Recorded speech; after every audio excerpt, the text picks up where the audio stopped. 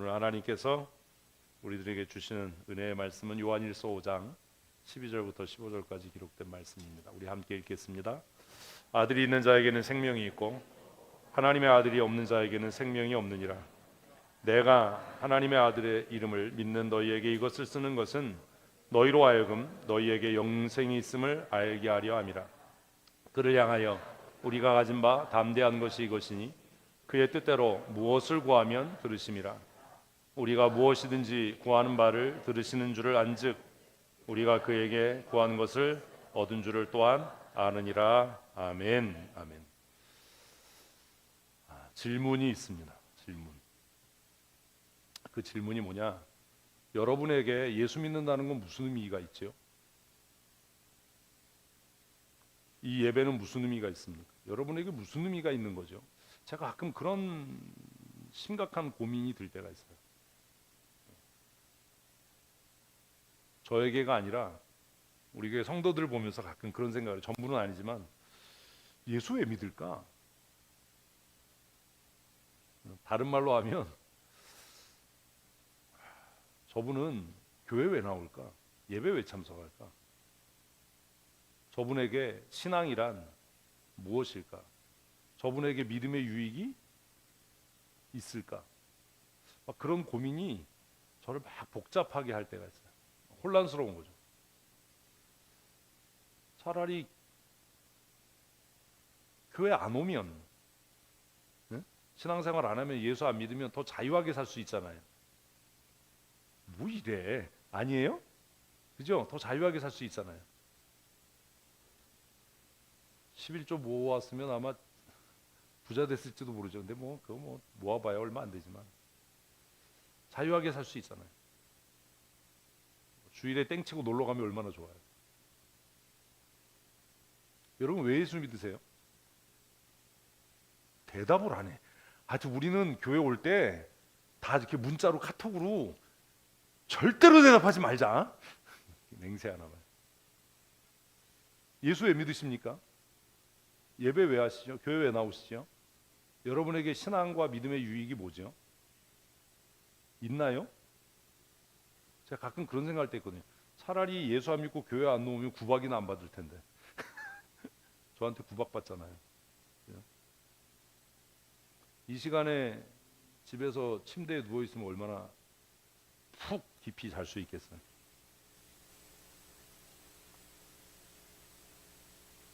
어떤 교회 전도지 보니까 우리 교회 밥 맛있어요. 이것도 전도하더라고요.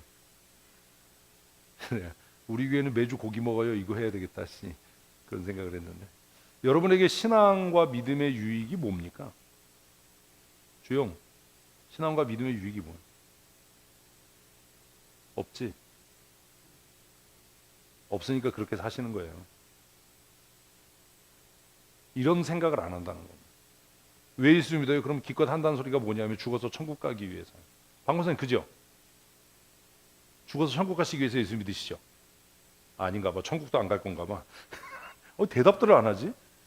사실 이게 너무 본질적인 질문이어서 불편한 거예요.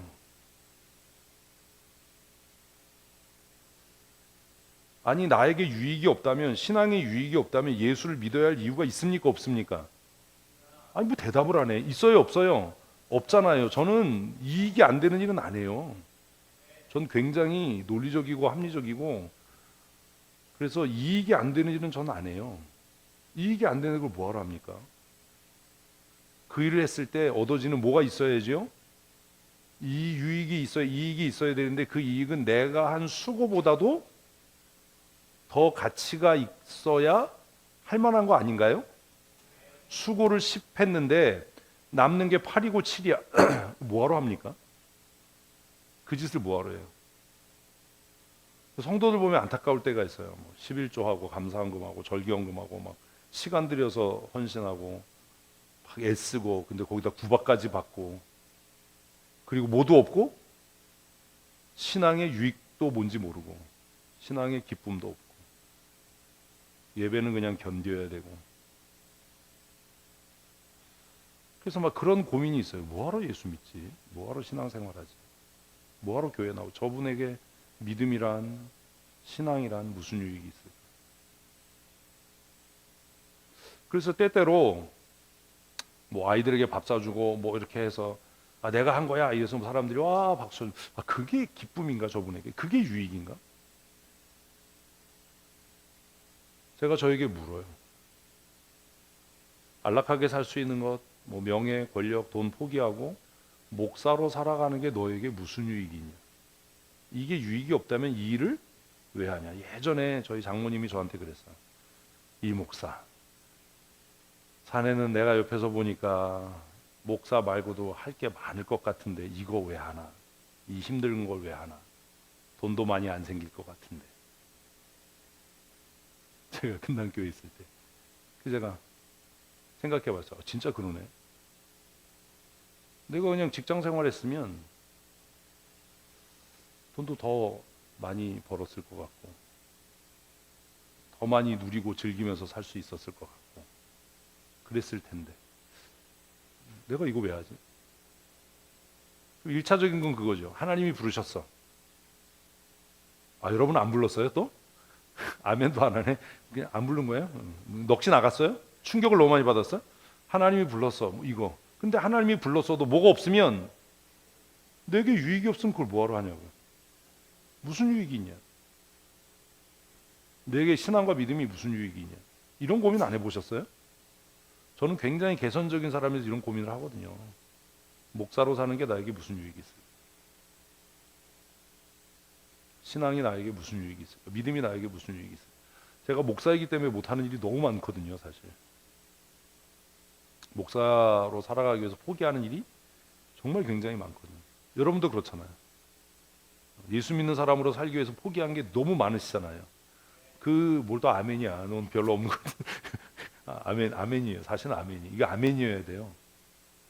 일단은 이 시간에 와서 여기 앉아 있는 것도 엄청난 삶의 부분을 포기한 거 아닙니까? 1년 52주 2시간 이걸 평생 모으면 몇 년이 되겠어요? 근데 그것도 우리는 52주 2시간이 아니라 52주 52일 1년에 52일을 하루 종일 근데 52일만이 아니잖아요. 내 인생에 교회에서 보내는 시간을 횟수로 계산하면 이게 몇십 년이 될 텐데요. 거기다가 또 뭐 전교인 수련회 하죠. 전교인 체육대회 하죠. 아니 그 이익이 없는 일을 유익이 없는 일을 왜 하냐. 도대체 왜 할까 이분들은. 목사가 하자 그러니까요. 그러니 억지로 하죠. 하지 못해서. 도살장으로 끌려가는 소처럼 억지로. 그것이 내게 이런 유익이 있어 라고 깨닫고 확신하면 그 일이 얼마나 즐겁겠어요.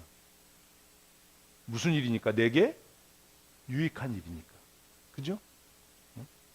여러분 정말 가까운 친구를 오래간만에 만나는데 그 친구가 우리 중간쯤에서 대전쯤에서나 대구쯤에서 만나자, 유성에서 만나자 그러면 그 가는 길이 지겨우시죠? 대답을 안 해. 그 길이 지겹죠? 아니잖아요. 기쁘고 설레고 그러잖아요. 저는 금요일 날 우리 장로님들하고 바이크 탔는데 얼마나 더워요. 더운데 막 밑에 아궁에서 불 때잖아요. 엔진에서 열이 얼마나 나는지. 엔진이 1450cc니까 이게 승용차 엔진이 이제 다리 밑에 하나 있는 거예요. 그리고 헬멧 뒤집어서 열이 나갈 때도 없죠. 얼마나 더워요. 근데 그게 왜 즐겁고 기뻐요? 유익이 있기 때문입니다. 유익이 없다면 그 일이 즐거울 이유가 없습니다. 여러분 오늘 하루 보내기 전에 한번 생각해 보세요. 신앙생활이 예수 믿는 것이 나에게 무슨 유익이 있는가? 없으면 때려치세요. 뭐하러 이걸 해요 억지로. 똑같은 겁니다. 박문사님 예배가 권사님의 인생에 어떤 의미가 있습니까? 어떤 유익이 있습니까? 이거 헤아려 보셔야 돼요. 네, 답할 수 있어야 돼요. 성경은 진리에 관하여 묻는 자들에게 항상 대답할 것이 있게 하라라고 했는데 이 질문에 답할 수 없다면 평생 예배하는 게 헛짓한 겁니다. 간단한 겁니다. 예배가 자신의 인생에 유익이 없으니까 그 시간이 어때요? 크게요. 그 시간이 어때요? 지겨운 겁니다. 유익이 없으니까요. 이익이 없으니까요. 자기에게 무의미한 겁니다. 그냥 무의미한 시간 붙잡혀서 체면 때문에 앉아서 버텨야 되니까 그 시간이 괴롭고 지겨운 거예요. 그러니까 유익이 없는 그 괴롭고 지겨운 시간을 빨리 끝냈으면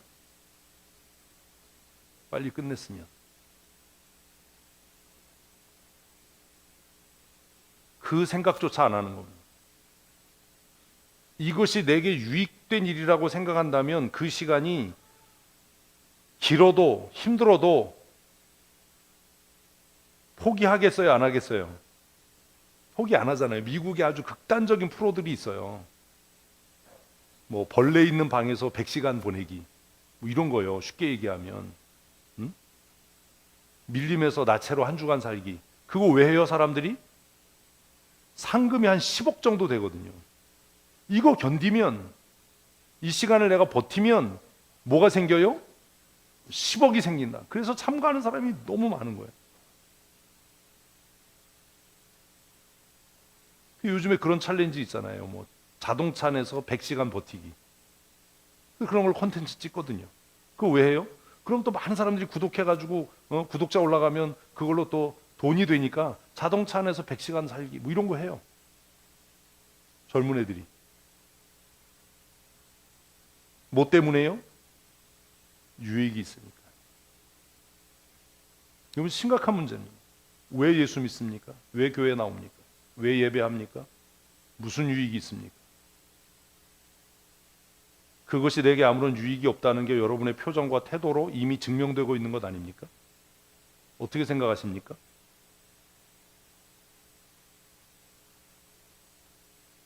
아무도 이런 불편한 질문을 하지 않는다는 겁니다. 이 예배하는 행위가, 찬송이, 신앙생활이 지금 우리에게 유익이 없다면 죄송하지만 그 사람에게 하나님 나라는 없습니다.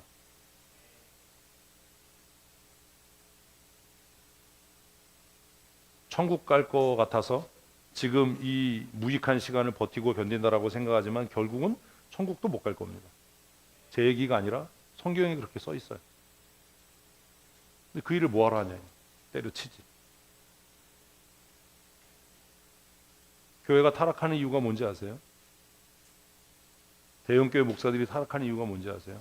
그런 사람들이 교회의 주류를 이루고 있으니까 교회가 딱 하나의 유익을 위해 존재하는 거예요. 뭐요? 담임 목사요.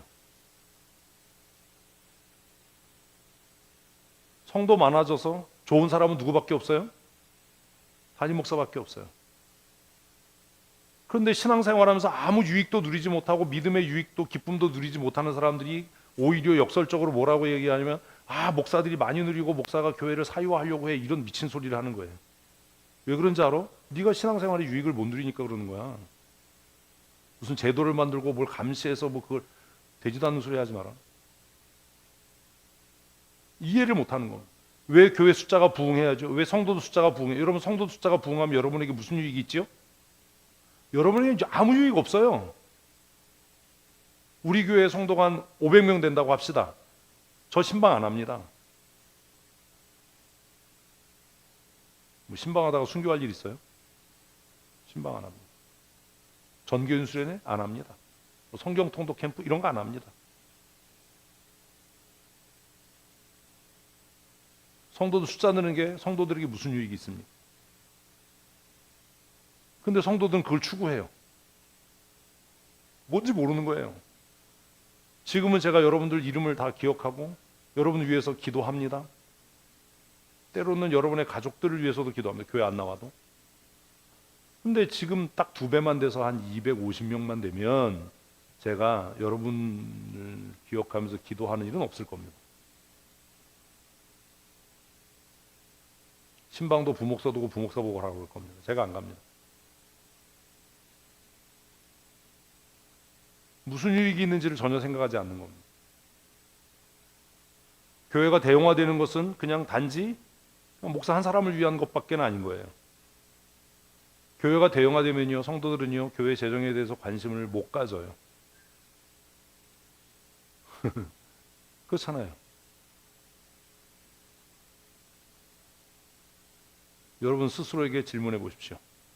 예수 믿는 게, 신앙생활이, 지금의 내 믿음이 나에게 무엇이 유익한가? 아무 유익이 없다면 결단하셔야 됩니다. 이상한 목사예요.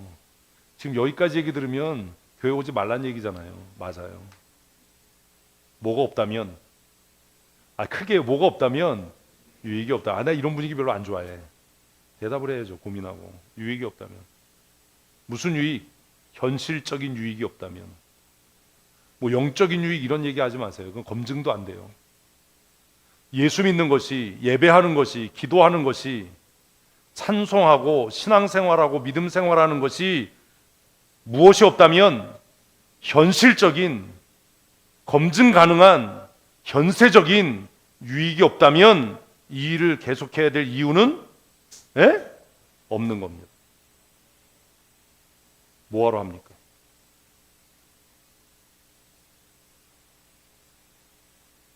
제 고민이라니까요. 뭐하러 하지? 왜 하지? 이것에 대해서 오늘 본문은 뭐라고 이야기합니까? 같이 읽어보십시다. 아들이 있는 자에게는 생명이 있고 아들이 없는 자에게는 생명이 없느니라. 예수 믿는 유익이 뭐라고요? 생명이에요. 생명이 있는 것. 예수에 믿어요? 생명을 얻기 위해서요. 이거 하는 것도 어렵나? 예수에 믿어요? 생명을 얻고 누리기 위해서요. 근데 이제 문제가 있습니다. 무슨 문제가 있죠? 미국에 이렇게 강해 설교 하시던 목사님께서 돌아가셨어요. 얼마 전에. 제가 좋아하는 분인데. 그분 설교 굉장히 좀 길어요. 어렵고.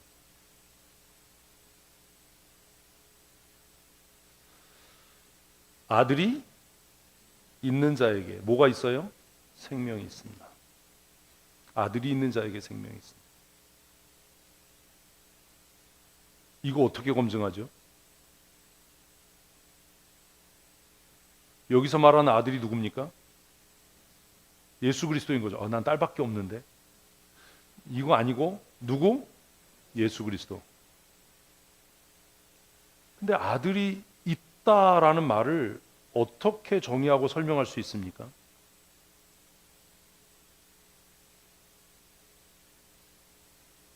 그냥 명제는 간단합니다. 아들이 있으면 뭐가 있고 생명이 있고, 아들이 없으면 생명이 없고, 교회 나오고 안 나오고, 직분이 있고 없고, 헌금 생활을 하고 안 하고가 아니라, 대답이라도 해요.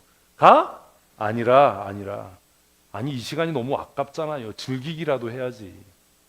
입 다물고 있을 건데 뭐하러 와요? 내가 집사냐 권사냐 장로냐가 중요한 게 아니라 아들이 있는가 아들이 없는가. 누구에게? 내 아이에게. 여기서 말하는 아들은 예수 그리스도인데 나에게 아들이 있는지 없는지를 어떻게 확인할 수 있습니까? 어떻게 증명할 겁니까? 내가 믿어요. 이걸로 증명이 되겠습니까? 어쨌든 12절에서 사도는 뭐라고 이야기하냐면 아들이 없는 자에게는 생명이 없다. 아들이 있는 자에게만 생명이 있다라고 이야기합니다. 이건 바꿀 수 없는 진리입니다. 아멘이시죠? 아멘. 이것에 대해서 갈라디아서에서 바울은 뭐라고 이야기하냐 하면 2장 19절을 읽습니다. 내가 율법으로 말미암아 율법에 대하여 죽었나니. 잘 정리하셔야 돼요. 무엇에 대해서? 율법으로 말미암아 율법에 대해서 죽었어요. 정리는 되셨어요? 말로 자꾸 하셔야 돼요. 무엇으로? 율법에 의해서 율법에 대하여 죽었어요? 그래도 말을 안 하는 분들이 있는데 마음대로 하세요. 여러분이 결정하는 거니까. 다시 한번 합시다. 무엇에 의해서? 율법에 의해서. 무엇에 대해서? 율법에 대해서 죽었어요. 율법이 우리에게 요구하는 게 뭡니까? 죽음입니다. 빨리빨리 대답해야 돼요. 율법이 우리에게 요구하는 게 뭐라고요? 죽음입니다. 율법의 끝은 죽음입니다. 그런데 그 율법에 대하여 이미 율법으로 말미암아 죽었으니 더 이상 율법은 우리에게 죽음을 요구할 수 없게 된 겁니다. 믿으십니까? 아멘. 아멘을 해야 돼요. 아멘 안 하면 여러분하고 아무 관계가 없어요.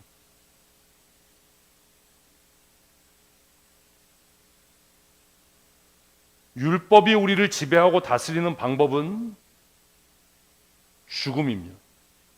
그래서 율법이 있는 곳에는 뭐가 있어요? 죽음이 있을 뿐입니다. 그런데 사도는 뭐라고 이야기하냐면 율법에 의해서 내가 율법에 대하여 이미 죽었다. 이 말은 더 이상 율법이 나에 대해서 무엇으로? 죽음으로 나를 지배할 수 없다. 믿으면 아멘. 아멘. 한번 합시다. 나는 율법에 대하여 이미 죽은 사람입니다. 아멘. 그러면 아멘 할 것이 다가 아니라 율법에 속한 행위를 하지 말아야 되는 거예요.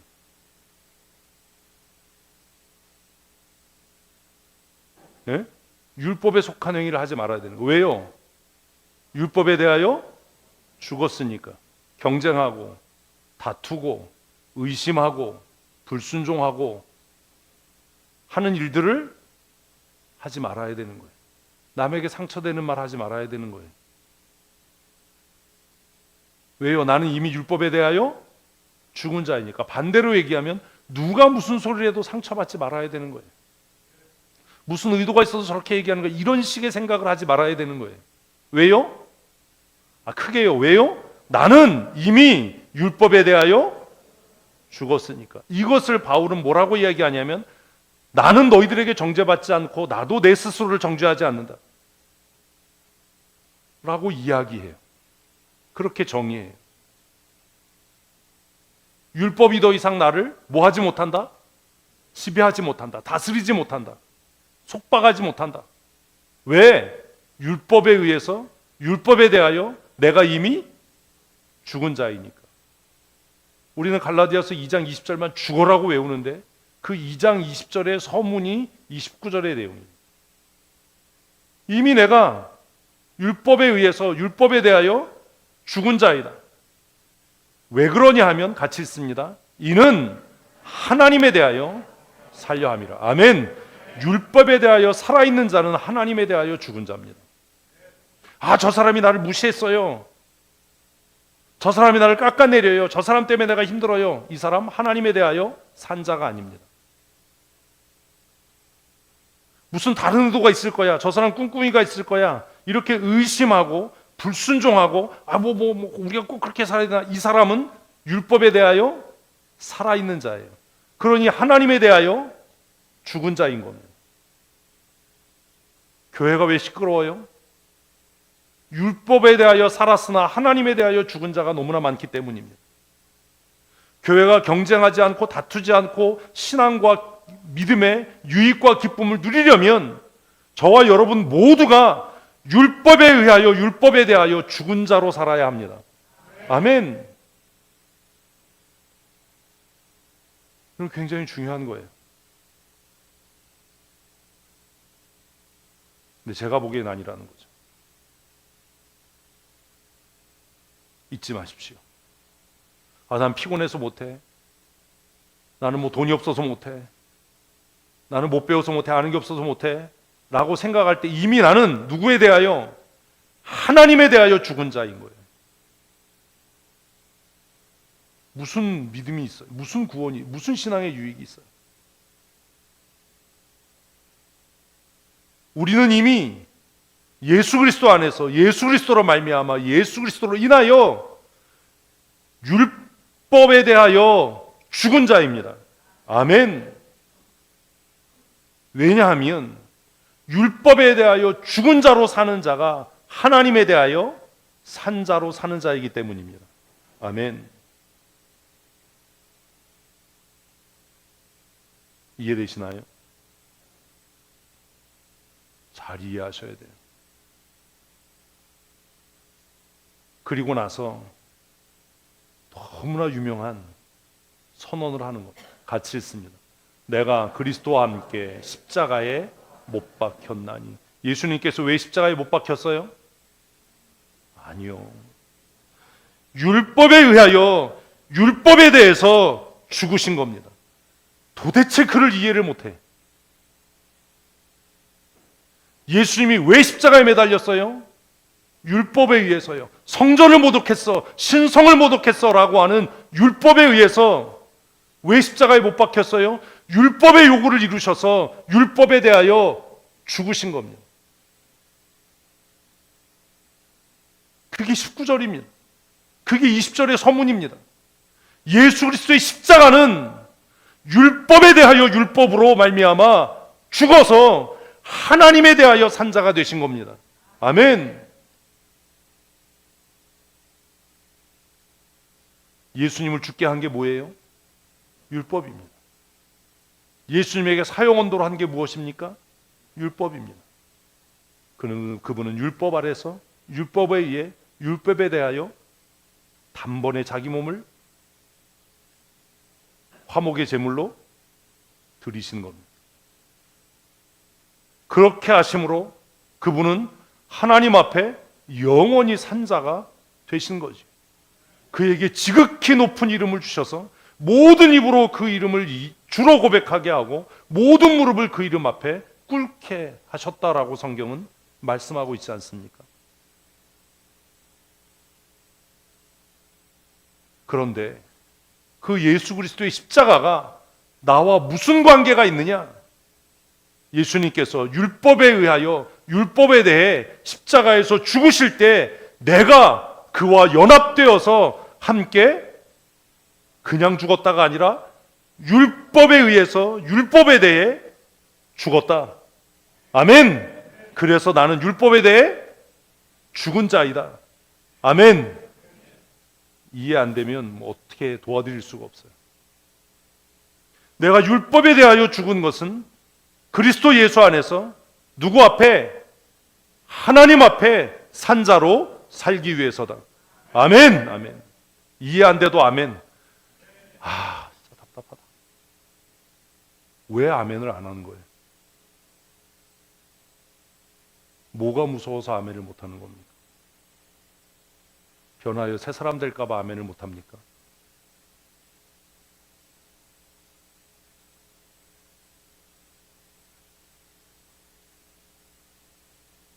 내가 율법에 의해서 율법에 대하여 그리스도와 함께 십자가에 못 박혀 죽은 자 되었기 때문에 이제는 내가 그리스도와 함께 산 자로 사는 겁니다. 그런즉 이제는 내가 사는 것이 아니다. 오직 내 안에 율법에 대하여 율법에 의해 죽으신 그리스도가 내 안에 사는 것이다. 아멘. 아멘. 이게 믿음입니다. 이게 이해가 안 되면 그냥 교회 나오는 겁니다. 헛짓하는 겁니다.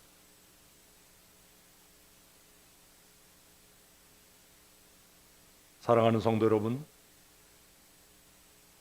여러분은 지금 어떻게 살고 있습니까? 아직도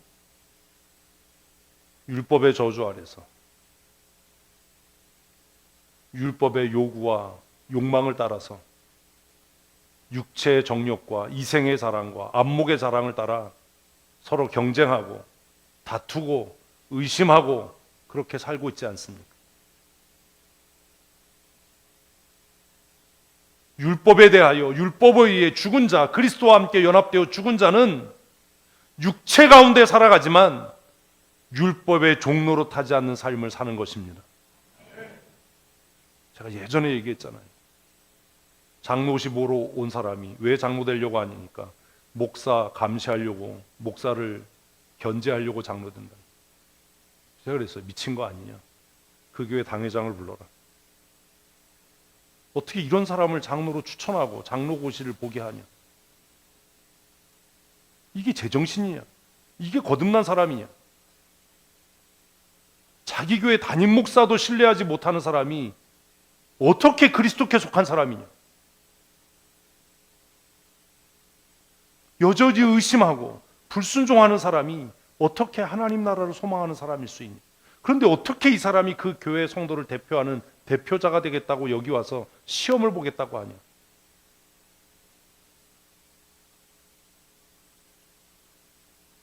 우리가 비록 육체 가운데 살아가지만 이제는 율법의 종으로 육체의 정욕과 이생의 자랑과 안목의 자랑을 따라 사는 것이 아니라 나를 사랑하사 자기 자신을 버린 그리스도 예수를, 하나님의 아들을 믿는 믿음 안에서 살아야 하는 겁니다.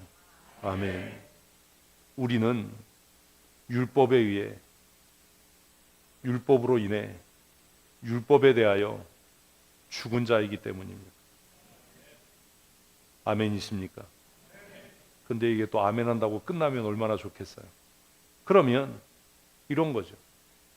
지금 우리는 기도응답에 대한 시리즈를 지금 묵상하고 있는데, 그러면 내가 율법에 대하여 율법으로 말미암아 율법에 대해 죽은 자로 그리스도와 연합된 자로 살아가는 것, 이제는 내가 육체 가운데 살지만 육체의 정욕과 안목을 따라 살지 않고 육체의 욕구와 욕망을 따라 살지 않고 내 안에 그리스도가 사시는 그 하나님의 아들을 믿는 믿음으로 산다라고 하는 것에, 아이고 복잡해라, 증거가 무엇이냐라는 것. 쉽게 말하면 여러분의 거듭남의 증거가 무엇입니까? 오늘 논지의 핵심으로 돌아가면 예수 믿는 게 나에게 어떤 유익이 있냐라는 것. 현세적으로, 현실적으로 예수 믿는 게 지금 내 신앙생활이 나에게 어떤 유익이 있느냐라는 질문입니다. 오늘 제목이 뭐예요? 오늘 제목이 뭐예요? 우리가 가진 담대함이 무엇이냐? 이러지 맙시다.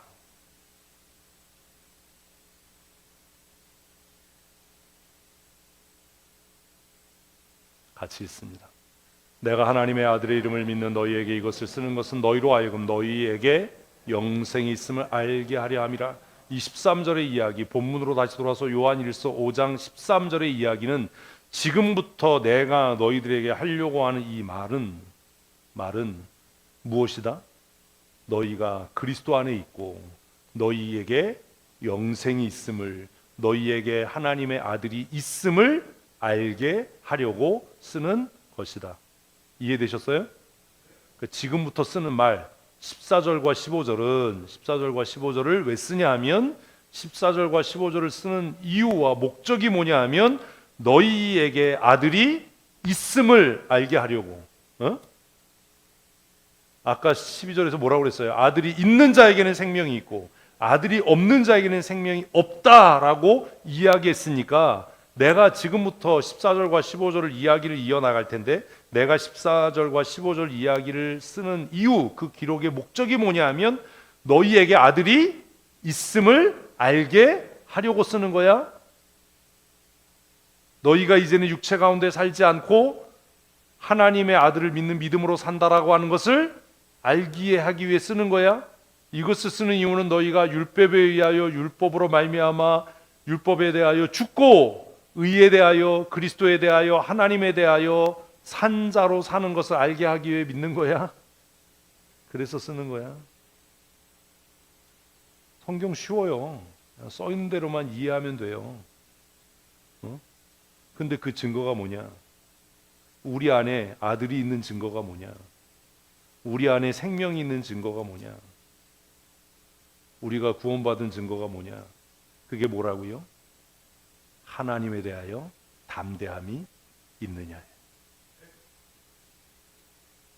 14절, 그를 향하여 우리의 가진 바 담대함이 이것이니. 우리에게 아들이 있는 것, 우리가 구원받은 하나님의 사람이라는 것, 우리가 율법에 대하여 율법으로 말미암아 죽은 자로 하나님에 대하여 산 자로 사는 것에 대한 증거가 뭐냐? 내가 구원받은 증거가 뭐냐? 내 믿음의 확신, 구원의 확신이 뭐냐? 하나님에 대하여 무엇이 있다? 담대함이 있다. 근데 그 담대함이 뭐냐? 뭐가 담대하다는 거냐? 마지막 절 시작. 내가 구원받은 증거가 뭐라고요? 아니요. 그렇게 길게 얘기하지 마십시오. 내 안에 그리스도께서 사시고 내 안에 아들이 있어 생명이 있는 증거가 뭐라고요? 기도 응답이에요. 기도 응답. 기도의 응답이 없다. 이 얘기는 그 안에 생명이 없다라는 말이고, 그 안에 아들이 없다는 말이고, 그가 여전히 율법의 종으로 산다라는 증거입니다. 여러분 기도에 기도의 응답이 있습니까? 기도할 때 하나님이 들으실 거라는 확신이 있습니까? 그 담대함이 있습니까? 얼마나 기도 응답에 대한 확신이 없고 담대함이 없으면 이런 건 기도할 게 아니야, 기도한다고 되나? 이런 소리를 겁도 없이 하겠어요. 얼마나 기도 응답에 대한 확신이 없으면 나는 피곤해서 기도에 못 가요, 나는 피곤해서 쉬어야 돼요, 이런 정신 나간 소리를 하겠어요. 얼마나 기도 응답에 대한 확신이 없으면 나는 많이 못 배워서 못하고 돈이 없어서 못하고, 누군가가 돈이 있고 많이 배운 사람이 있어야 뭘 하는데 우린 그런 사람이 없어서 못하고, 그런 소리를 부끄러운 것도 모르고 하겠어요. 뭐가 없으니까요? 하나님을 향하여 담대함이 없으니까요. 제가 가끔 그런 얘기 합니다. 맡겨놨냐 나한테? 뭐 달라고 그러면 야, 너 나한테 맡겨놨어? 그런 얘기해요. 여러분이 기도할 때 하나님이 들으실 걸 믿으세요. 뻥치지 말고 믿으세요. 하나님한테 뭐 맡겨놨어요?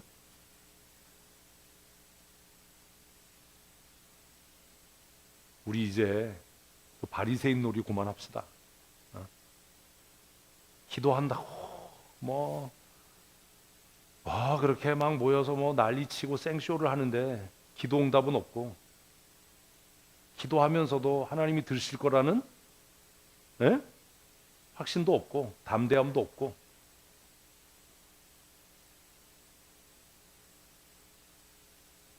이제 그런 거 그만하자고요. 기도하는 척해야 믿음 있는 것 같고, 기도하는 척이라도 해야 그래도 집사답고 권사답고 장로다우니까 하는 거, 그런 거 이제 그만하자고요. 하나님에 대하여 뭐가 있는 사람? 담대함이 있는 사람. 마치 모처럼 맡겨놓은 것이 있는 것처럼, 하나님 내가 맡겨놓은 거 주세요, 이럴 수 있는 것처럼. 하나님 앞에 맡겨놓은 거 있어요?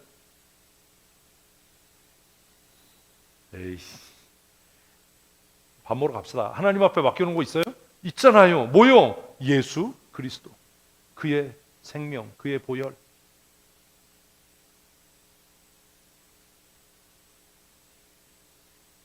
제가 좋아하는 찬송 중에 하나가 주의 보혈 능력이 있도다. 예수 그리스도의 흘리신 보혈은 내게 능력이에요. 왜요? 그의 생명으로 하나님께서 모든 것을 아끼지 않고 주시겠다라고 약속하셨으니까. 그 아들을 아끼지 않고 주시니까 어찌 그 아들과 함께 모든 것을 너희에게 주시지 않겠느냐. 아멘. 저는 그걸 믿어요.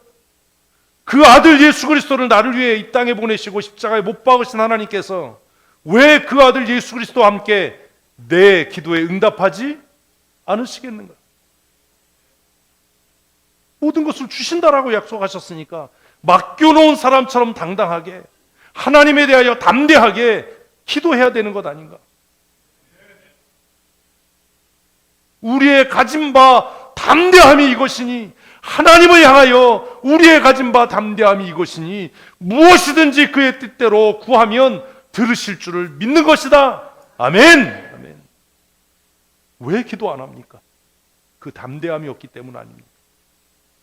사람들을 하고 주저리 떠들지만 그 기도에 응답이 없는 이유는 우리 안에 그 아들이 계시지 않기 때문 아닙니까?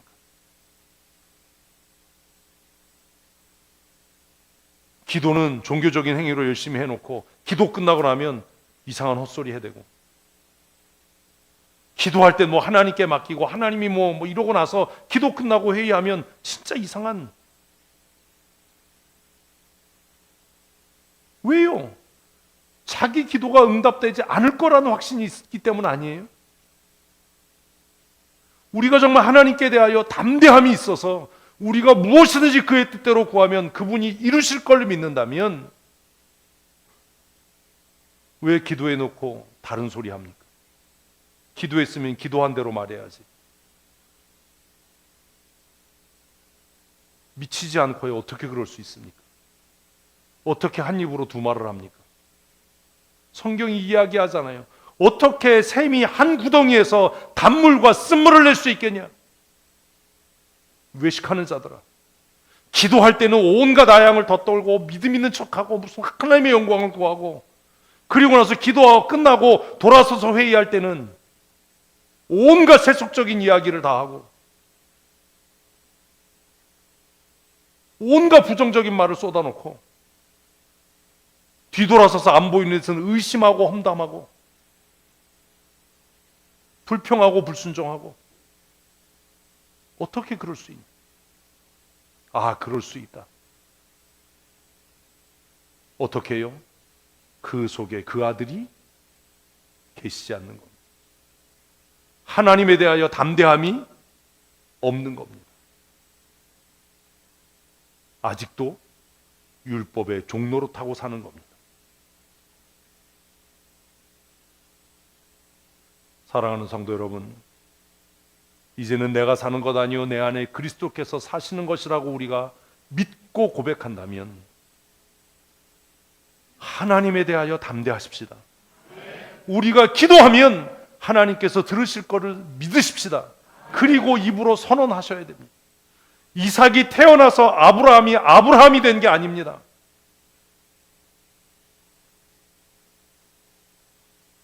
아브라함이 늙고 사라는 생리가 끝났지만, 불가능하지만 하나님에 대하여 담대한 믿음이 그로 하여금 자신을 아브라함이라고, 자신의 아내를 사레가 아니라 사라라고 선포하고 고백하게 한 것 아닙니까? 어떻게 기도했다고 얘기해놓고 안 된다라고 얘기하고, 기도 조그맣게 해놓고 회의하면서 무슨 이상한 헛소리를 해대고 뭐 하는 겁니까? 뭐 하자는 겁니까? 그것을 부끄러운 줄도 모르고 그것을 회개치도 않고 변명과 핑계로 일관하고 어떻게 하나님의 은혜를 누릴 수 있겠습니까? 이삭을 주시고 이름을 바꾼 게 아닙니다. 이름을 바꾸시고 그가 그 이름을 고백할 때 하나님께서 이삭을 은혜로 믿음으로 주신 겁니다. 아브라함이 100살에 낳은 아들 이삭을 데리고 모리아산에 갔던 사건을 히브리서는 그가 하나님께서 죽은 자 가운데서 살리실 것을 믿었다라고 기록하고 있는 겁니다. 상황이 되고 여건이 돼서 할 수 있는 것은 누가 못합니까? 피곤하지 않아서 기도에 나오고 돈 있어 선신하는 건 누가 못합니까? 그건 마귀도 하고 그건 믿지 않는 사람도 하는 일입니다. 100살이 되어서 내 몸에 죽은 것과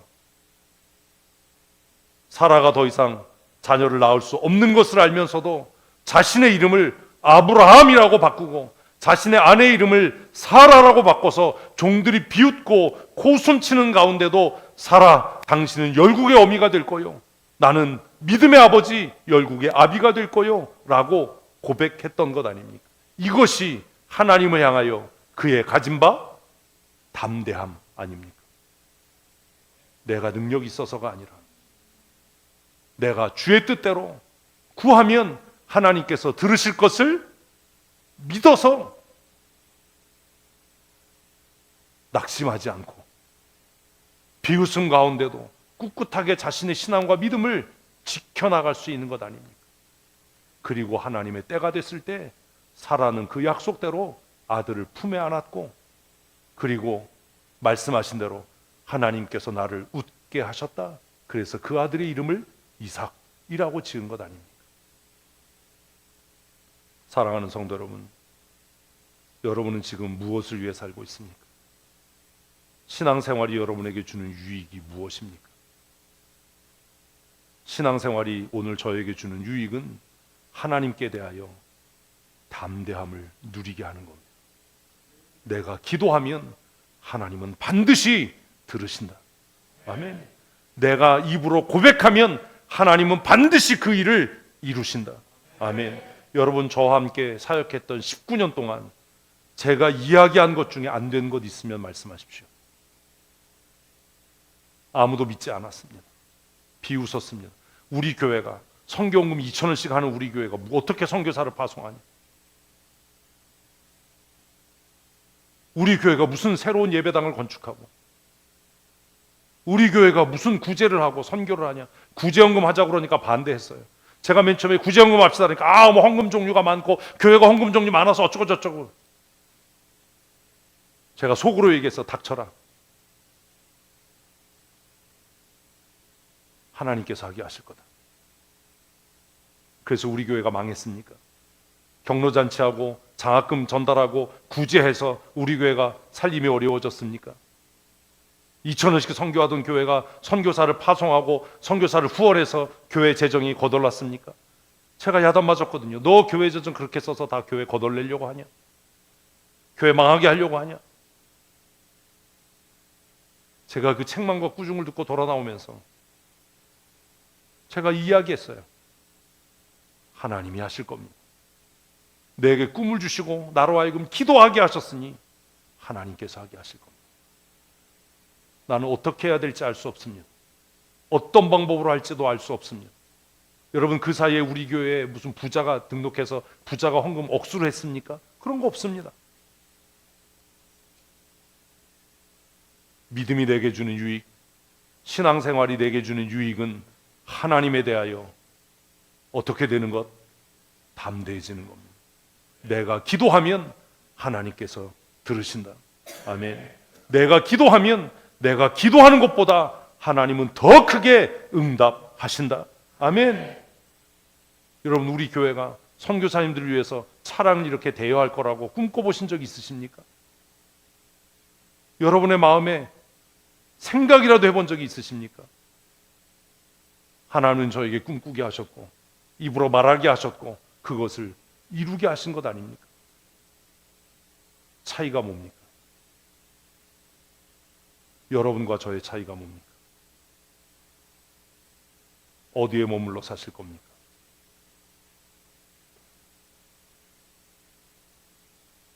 저는 가진 게 없어요. 배운 것도 없어요. 그러나 낙심하지 않고 두려워하지 않는 것은 하나님에 대한 담대함이 나에게 있기 때문입니다. 그렇게 건강하지도 않습니다. 그러나 피곤치 않게 이 일을 감당할 수 있는 것은 하나님에 대한 담대함이 있기 때문입니다. 왜요? 나를 지으신 분이 하나님이시고 나를 부르신 분이 하나님이시고 나를 통해 역사하실 분이 하나님이신 것을 나는 믿기 때문입니다. 그래서 제가 얘기했잖아요. 내가 일찍 죽으면 하나님이 손해일 거다. 여러분, 이것 이상으로 교만하고 담대한 말이 어디 있습니까? 전 아프면 그렇게 기도합니다. 어떤 때는 정말 몸이 부스러지는 것 같아요. 예배당 건축하면서도 그랬어요. 하루 종일 일하고 저녁에 모여서 기도하고 그때마다 기도합니다. 나를 지으신 분이 하나님이십니다. 내 육체 연약함을 아시는 분이 하나님이십니다. 그러나 하나님, 내가 일찍 죽으면 하나님 손해실 거리요. 하나님 마음 좀 쓰리실 거요. 그러니 나에게 건강의 은혜를 주셔야 합니다. 내일도 눈 뜨고 일어서서 또 일할 수 있는, 또 말씀을 묵상할 수 있는 그런 은혜를 주셔야만 합니다. 그리고 주실 줄로 믿습니다. 우리의 가진 바 담대함은 돈이 있고 지식이 있고 경험이 있는 내 자신이 아닙니다. 우리의 가진 바 담대함은 내 기도를 들으시고 응답하시는 좋으신 아버지 하나님이 계시는 것입니다. 아멘. 그러니 사랑하는 성도 여러분, 기도의 사람으로 사십시다. 우리 교회에 기도의 불길이 타올랐으면 좋겠습니다. 기도하는 교회가 되십시다. 하나님께 대하여 담대하게 부르짖어 기도하는, 우리가 무엇이든지 구하는 바를 들으시는 아버지가 계심을 믿어 의심치 않는 하나님의 사람으로 살아가십시다. 15절 읽습니다.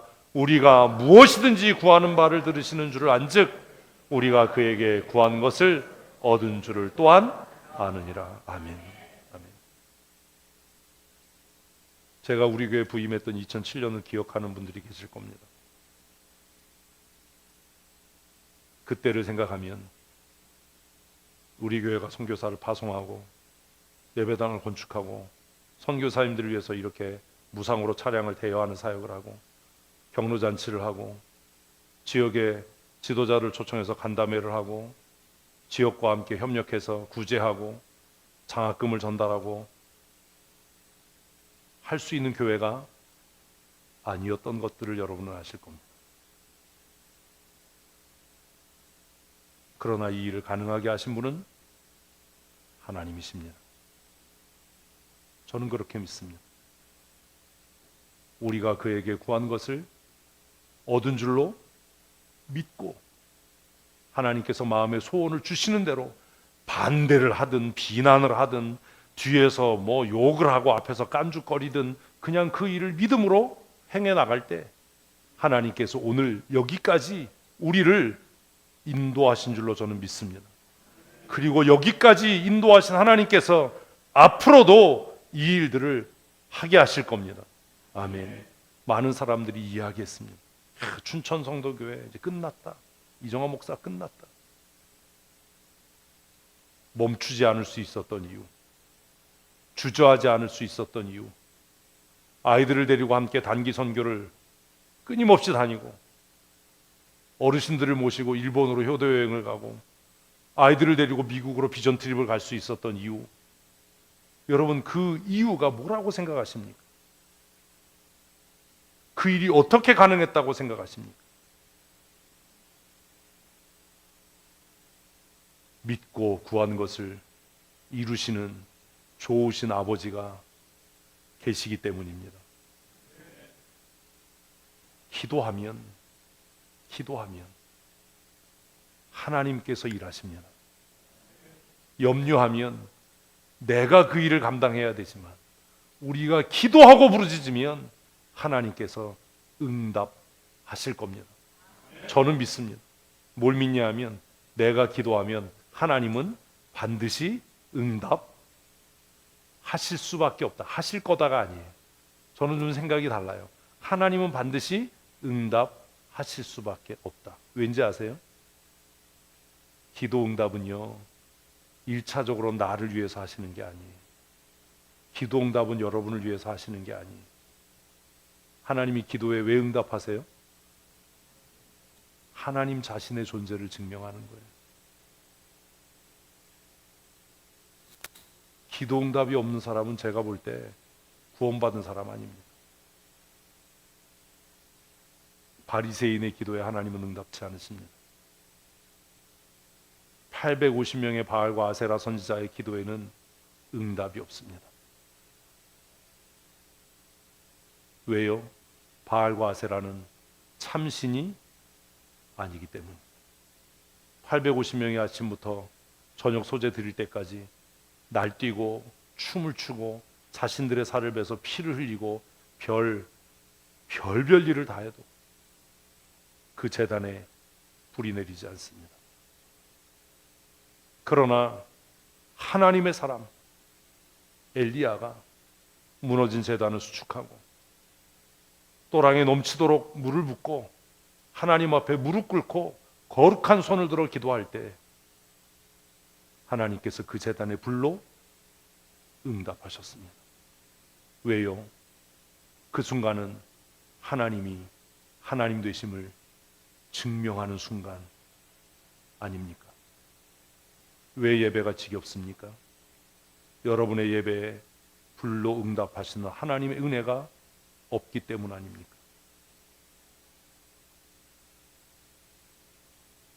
여러분의 하나님이 죽은 겁니다. 아니요. 처음부터 하나님을 믿었던 게 아닙니다.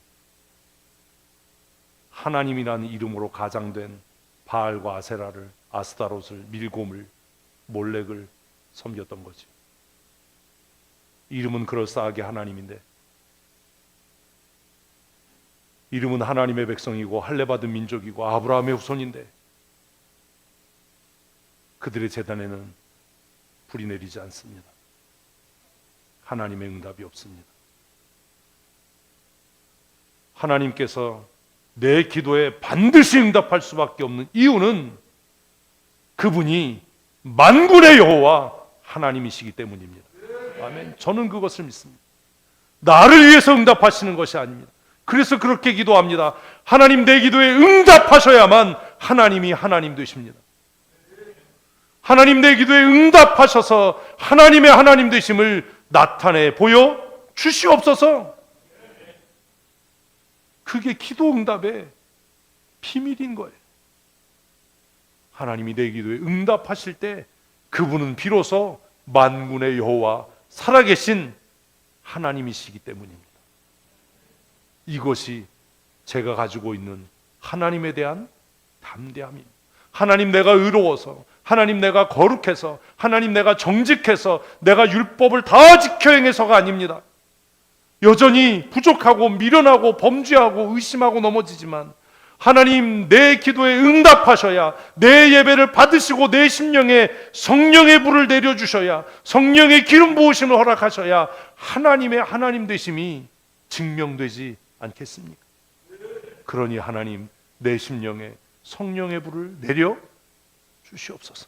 내 기도에 응답하셔서 내가 기도하는 것보다, 내가 간구하는 것보다 더 크게 역사하시는 하나님이 계심을 나타내 주시옵소서. 그래서 내 주변의 사람들이 입을 열어 말하기를, 목사님은 그냥 농담처럼 이야기하는 것들이 다 이루어져 갑니다. 그렇게 고백할 수 있도록 해주십시오. 우리 몇몇 후배 목사님들이 그런 얘기합니다. 저에게, 목사님 언젠가 다시 시찰장을 하셔야 될 것 같습니다. 안 한다, 이제는 절대로 안 한다. 아닙니다, 하셔야 됩니다. 내가 웃으면서 그랬어요. 니네들이 나를 위해서가 아니라 니네들을 위한 거지. 웃더라고요. 목사님이 그냥 농담처럼 얘기하는 일은 다 이루어집니다. 목사님 지나가는 말처럼 이렇게 얘기했던 것들이 다 이루어집니다. 지난해에도 우리 사모님들은 비행기표 시찰해서 다 되고 어려운 교회들 다 해서 우리 한 사람도 빠지지 말고 다 여행 가자. 가서 쉬자. 먹고 마시고 쉬고 위로받고 힘을 얻고 돌아와 목회하자. 몇몇 사람들이 얘기했어요. 무슨 돈으로 그렇게 할 겁니까? 그 일이 가능하겠습니까? 그 일이 되겠습니까? 된다. 두고 봐라. 됐잖아요.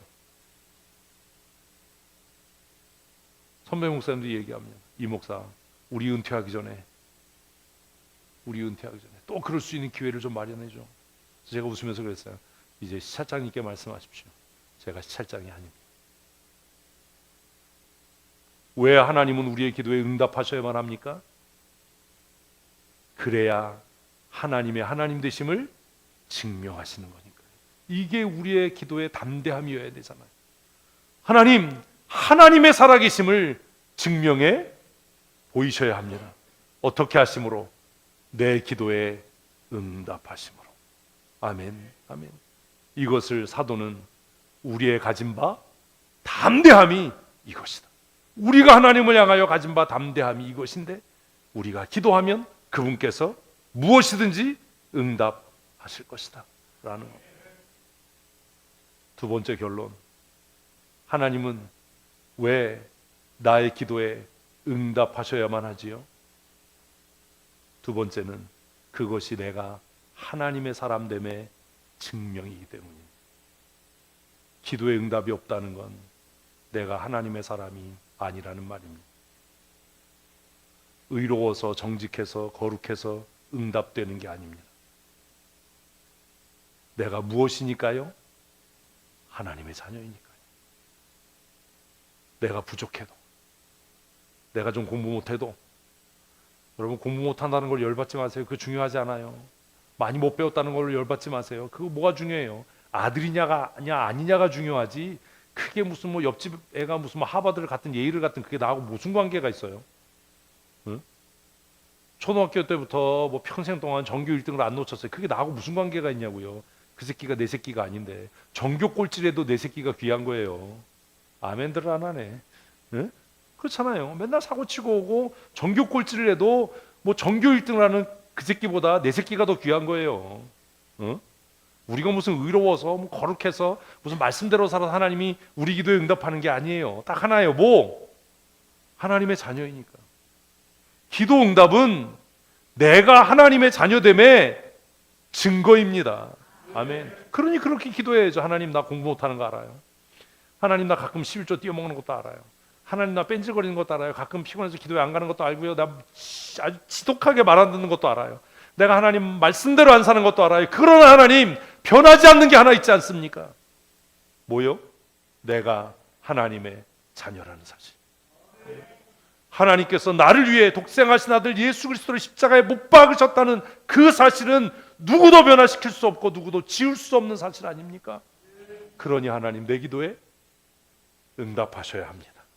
좀 뻔뻔하지만 이게 담대함이에요. 이게 담대함이에요. 제가 어제 저녁에 예전에 봤던 미니 시리즈를 다시 봤어요. 보셨나요? 슈룩. 말이 어렵죠. 우산이라는 우리말입니다. 김혜수 배우가 주연을 했던 왕비입니다. 자식이 다섯입니다. 아주 말 지독하게 안 듣습니다. 공부 대따 안 합니다. 왜요? 큰형이 왕세자니까 나머지는 공부할 필요가 없는 거예요. 맨날 사고 칩니다. 심지어 한 친구는 정신적인 조금 문제가 있어서 여장하기를 좋아하고, 보셨어요? 광고선생님 또 아유 잘하셨어요. 성경이나 보세요, 권사님. 그런데도 그 아들을 지키고 보호합니다. 그 드라마 제목 정말 잘 만들었잖아요. 우산. 엄마가 우산 역할을 하는 거예요. 끝까지 그 아들을 감싸고 보호합니다. 왜요? 내 자식이니까.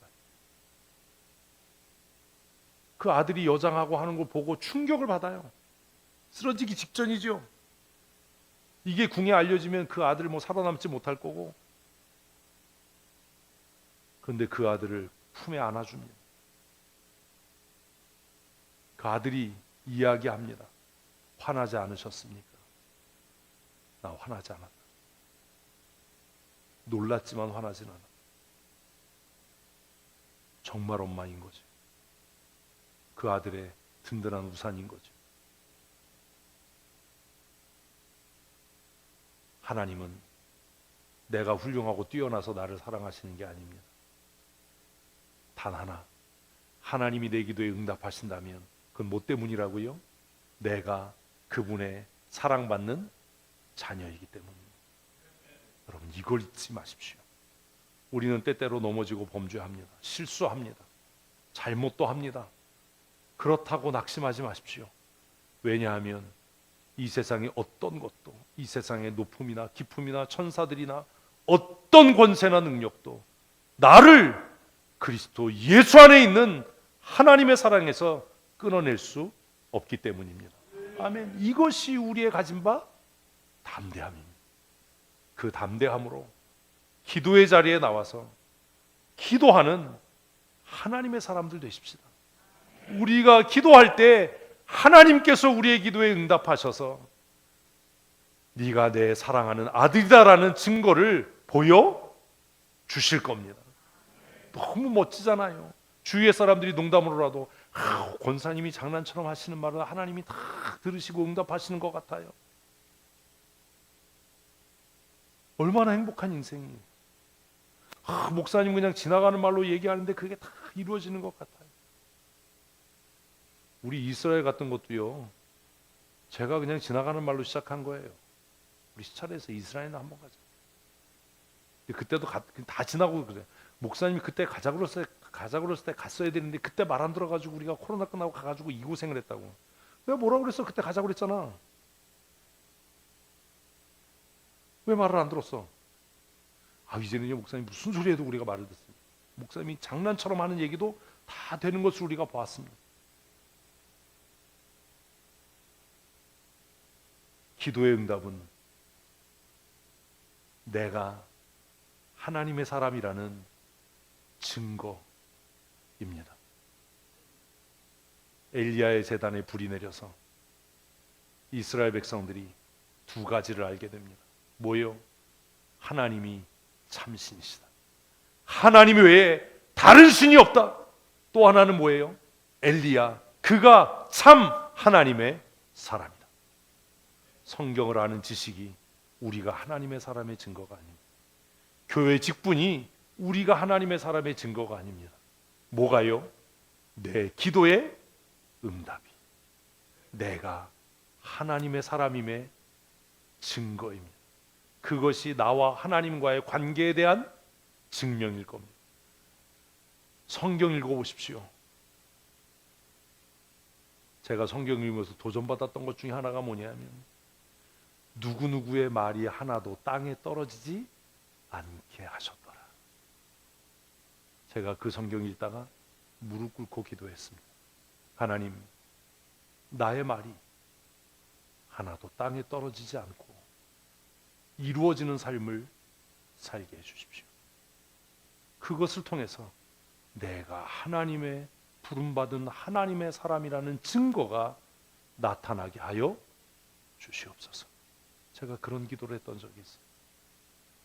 사랑하는 성도 여러분, 우리가 가진 바 하나님께 대한 담대함은 기도 응답의 확신입니다.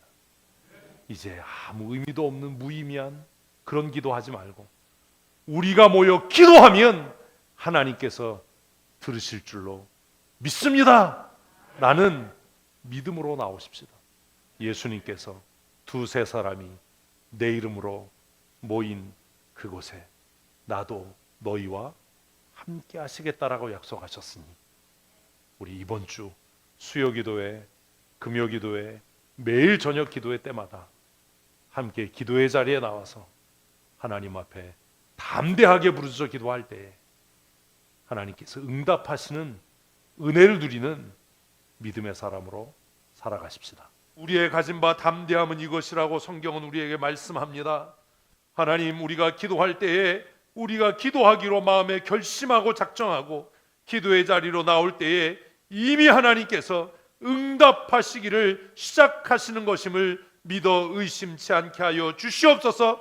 우리가 모여 기도할 때에 주께서 약속하신 대로 우리 가운데 임재하여 주시고 우리의 기도에 응답하셔서 하나님 외에 다른 신이 없음을 하나님의 하나님 되심의 증거를 경험하게 하여 주시옵소서. 우리가 기도할 때에 주께서 응답하시고 우리가 기도하고 간구하는 것보다 더 크게 역사하심으로 우리가 구원받고 선택받은 하나님의 자녀임의 증거가 우리의 삶을 통해 나타나게 하여 주시옵소서. 우리 춘천 성도교회와 모든 사랑하는 성도들이 기도하는 하나님의 사람이 되게 하시고 기도하는 교회가 되게 하여 주시옵소서. 우리가 하나님을 향하여 거룩한 손을 들어 부르짖어 간구하오니 우리의 기도를 들으시고 응답하셔서 우리의 모든 성도들의 육체의 연약함이 떠나가게 하여 주시옵소서.